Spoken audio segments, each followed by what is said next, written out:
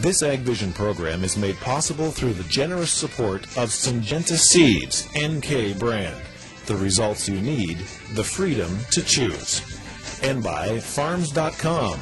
Ag news, market prices, ag careers, and farm real estate. You'll find it all at Farms.com. North American consumers enjoy food products from far and wide. It's a system based on cheap fuel and cheap food.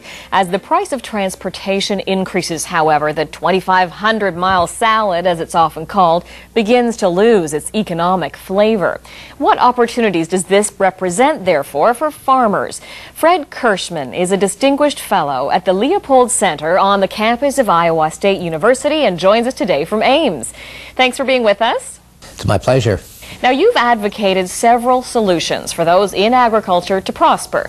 Time permitting, we want to get to many of them. However, I would like to focus on one in particular.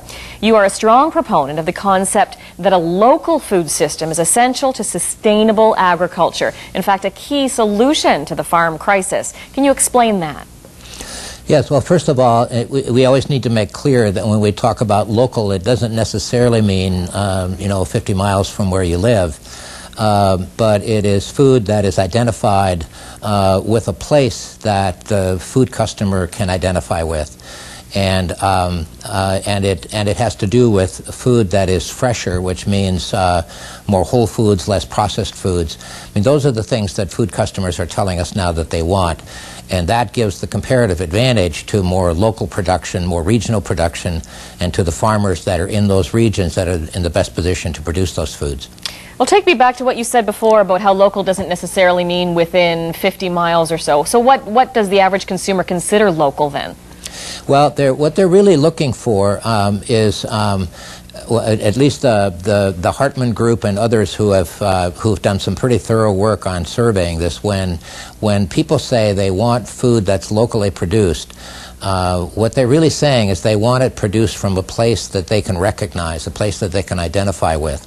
And so we've actually gone to referring to that as place-based foods. So it's a particular place that people can identify with, and they want to support the farmers in that place.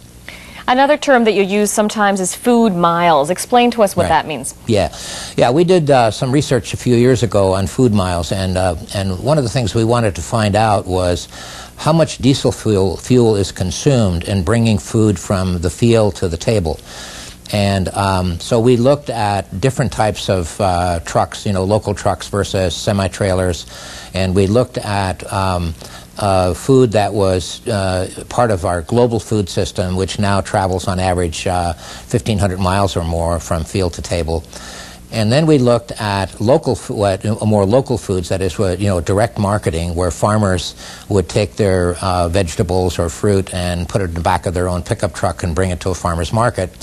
And then in between that, we looked at more regional food systems, which are more coordinated, where farmers tend to link together and deliver the food product from several farms in one truck.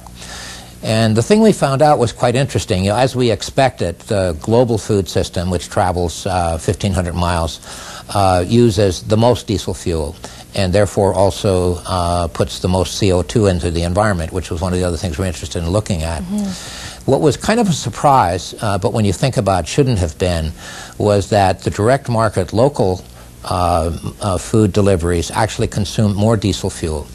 And the reason, of course, is that when each farmer puts that product in the back of their own pickup truck and hauls it to market, it takes more diesel fuel than when you have a group of farmers coordinating their product and delivering it to a regional market.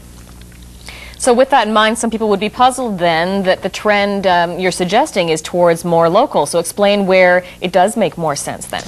Yeah, the future that we see, and this is not to in any way speak badly of the local direct markets. Farmers markets throughout the developed world are growing quite rapidly.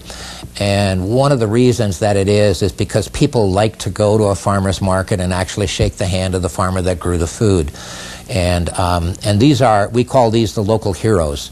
These are the farmers that are really local heroes to the people that buy the food from them. And that will continue to grow, and we want to support that.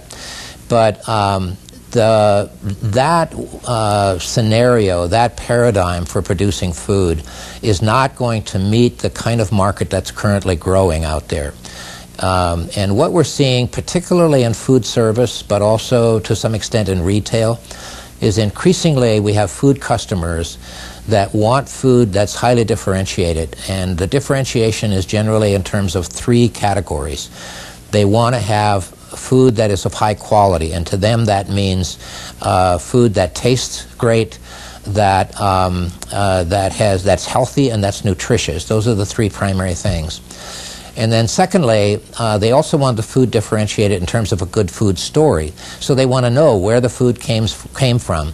They would prefer that it was produced by a genuine family farmer. And they would like to know that there was good environmental stewardship and that the animals were treated appropriately. There are a number of those kinds of food stories that can be added to that high-quality food, which adds to its value. And farmers being adequately compensated is important to them as part of that food story.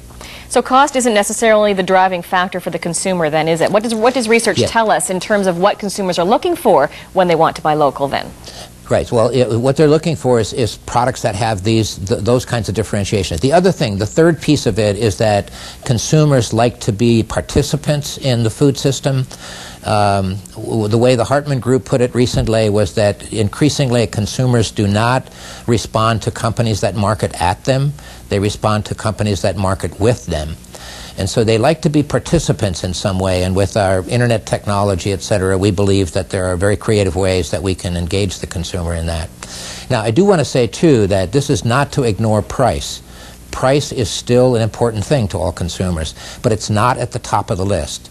Price generally is a consideration that comes fourth or fifth on the list of things that are important to them.